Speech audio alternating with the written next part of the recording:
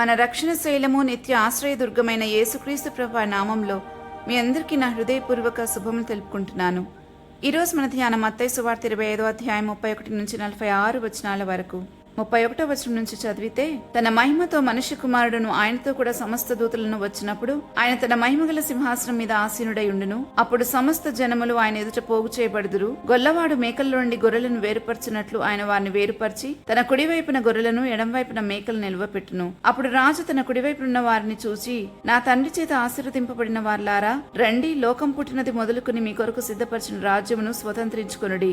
నేను ఆకలిగొంటిని, మీరు నాకు భోజనం పెట్టితిరి. దప్పిగొంటిని, నాకు దాహం ఇచ్చితిరి. పరదేశినై ఉంటిని, నన్ను చేర్చుకుంటిరి. దిగంబరినై ఉంటిని, నాకు బట్టలిచ్చితిరి. రోగినై ఉంటిని, నన్ను చూడవచ్చితిరి. చెరసాలలో ఉంటిని, నా యొద్దకు వచ్చితిరి అని చెప్పును. నీతిమంతుల గురించి ఈ విషయాలన్నీ చెప్పినప్పుడు వారు అడుగుతున్నారు, ప్రభువా, ఇవన్నీ మీకు మేము ఎప్పుడు చేశాము అని. అయితే ప్రభు ఇచ్చిన సమాధానం ఏంటంటే, మిక్కిలి అల్పులైన ఈ నా సహోదరులలో ఒకనికి మీరు చేసితిరి గనుక నాకు చేసితిరి అని చెప్పారు. అలాగే ఎడం వైపున వారు ఇవేమీ చేయలేదు గనుక వారితో అంటున్నారు, శపింపబడిన వాళ్ళారా, నన్ను విడిచి అపవాదికిని వాని దూతలకు సిద్ధపరచబడిన నిత్యాగ్నిలోనికి పోవుడి అని. ఎడం వైపున ఉన్న వారితో, అంటే మేకలుగా పిలువబడిన వారితో ఈ విషయాన్ని ప్రభు అంటున్నారు. వారు అడిగారు, ప్రభువా, నీకు మేమెప్పుడు ఆహారం ఇవ్వలేదు, నీకెప్పుడు నీళ్లు ఇవ్వలేదు, ఎప్పుడు వస్త్రాలు ఇవ్వలేదు అని. అయితే ప్రభు చెప్పిన జవాబిదే, మిక్కిలి అల్పులైన వారిలో ఒక్కనికైనా మీరు అలాగూ చేయలేదు గనుక నాకు చేయనట్లే అని. ఇందులో మనం ప్రభు యొక్క మనసును అర్థం చేసుకోవడానికి ప్రయత్నం చేస్తే, మనం సేవిస్తున్న మన ప్రభు తన వారిని గురించి ఎంత పర్సనల్ గా తీసుకుంటారో అర్థమవుతుంది. తన వారికి ఎవరికైనా ఏమైనా చేస్తే అది తనకు చేసినట్లుగానే తీసుకున్నారు.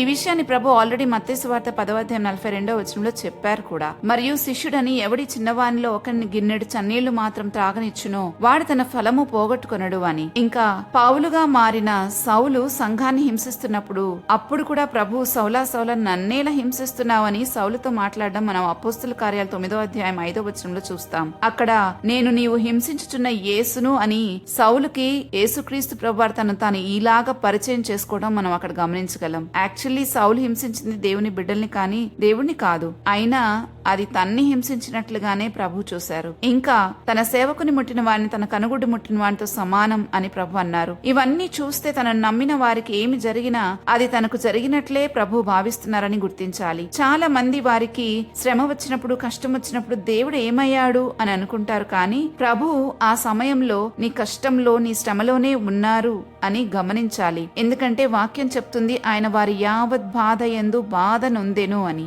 ఇంకా తర్వాత ఈ వాక్య భాగంలో ఆశీర్వదింపబడిన వారిని, శపింపబడిన వారిని వేరు చేసి, ఆశీర్వదింపబడిన వారు నిత్య జీవానికి, శపింపబడిన వారు నిత్య శిక్షకు పోదురు అని చివరి వచనంలో మనం చదువుతాం. అయితే ఇప్పుడున్న ఈ జీవితంలో జీవము, మరణము, ఆశీర్వాదము, శాపము మన ఎదుటే ఉంచి ఉన్నారని వాక్యము స్పష్టంగా చెప్తుంది. ద్వితీయోపదేశకాండం 30వ అధ్యాయం 19వ వచనంలో.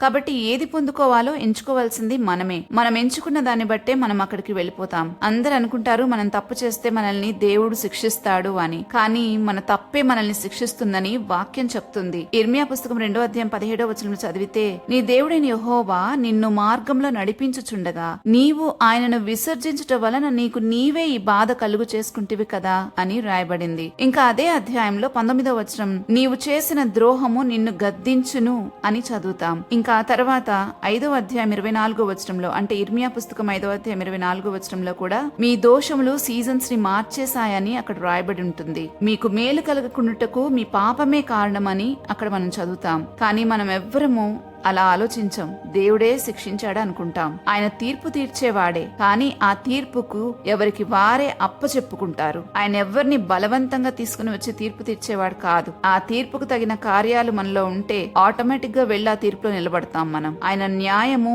నీతి పరిపాలనలో ఉంది అని గుర్తిస్తే చాలు, మనం జాగ్రత్తగా ఉండగలం. నాకే కీడు రాలేదు, నేను ఎలాగైనా బ్రతికొచ్చని ఎవరైనా అనుకుంటే, అలాంటి వారికి వాక్యం ఏం చెప్తుందంటే, ఎవరినూ నశింపవలనని ఇచ్చయింపక అందరూ మారు మనసు పొందవలనని కోరుచు మేడల దీర్ఘశాంతము కలవాడై ఉన్నాడు అని పేతురు తన పత్రికలో రాస్తున్నాడు. కాబట్టి మనం ఎక్కడ పుట్టాలో, ఎలా పుట్టాలో మనం డిసైడ్ చేసుకోలేము. కానీ మనం అంతం ఎట్లుండాలో డిసైడ్ చేసుకోవచ్చు. ఆ అవకాశం దేవుడు ప్రతి ఒక్కరికి ఇచ్చారు. యోహాను సువార్త 5వ అధ్యాయంలో, నా మాట విని నన్ను పంపిన వాని యందు విశ్వాసముంచు వాడు నిత్య జీవం కలవాడు, వాడు తీర్పులోనికి రాక మరణంలో నుండి జీవంలోనికి దాటి ఉన్నాడని ప్రభు చెప్తున్నారు. ఇంకా అదే అధ్యాయం యోహాను సువార్త 5వ అధ్యాయం 29లో, మేలు చేసిన వాడు జీవ పునరుద్ధానానికి, కీడు చేసిన వారు తీర్పు పునరుద్ధానానికి లోనికి బయటకు వచ్చుదురని రాయబడింది. చివరిగా మనం ఒకటి గుర్తించాలి. యాకోబు పత్రిక 4:17 రాయబడినట్లుగా, కాబట్టి మేలైనది చేయనరిగియు అలాగూ చేయని వానికి పాపం కలుగును అని.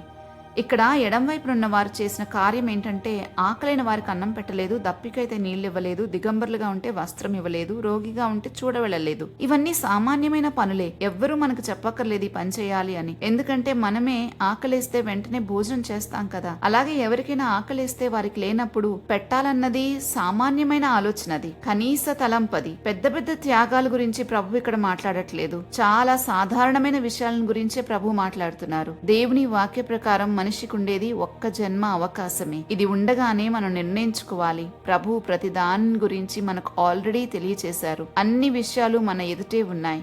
కాబట్టి మనం నిర్ణయించుకోవాలి. మన విశ్వాసము క్రియలేనిదైతే మృతము అని వాక్యం చెప్తుంది. కాబట్టి విశ్వాస సహితమైన కార్యాలలో బీదలకు సహాయం చేయడం, రోగులను పరామర్శించడం, పరదేశులను ఆదరించడం, చెరలో ఉన్న వారిని పరామర్శించడం, ఇవన్నీ కూడా వాటి కిందకే వస్తాయి. అయితే ఇవి ఎప్పుడు మనలో ఉంటాయంటే, ప్రభు చెప్పినట్లుగా మన పొరుగు వారిని ప్రేమించినప్పుడు మాత్రమే.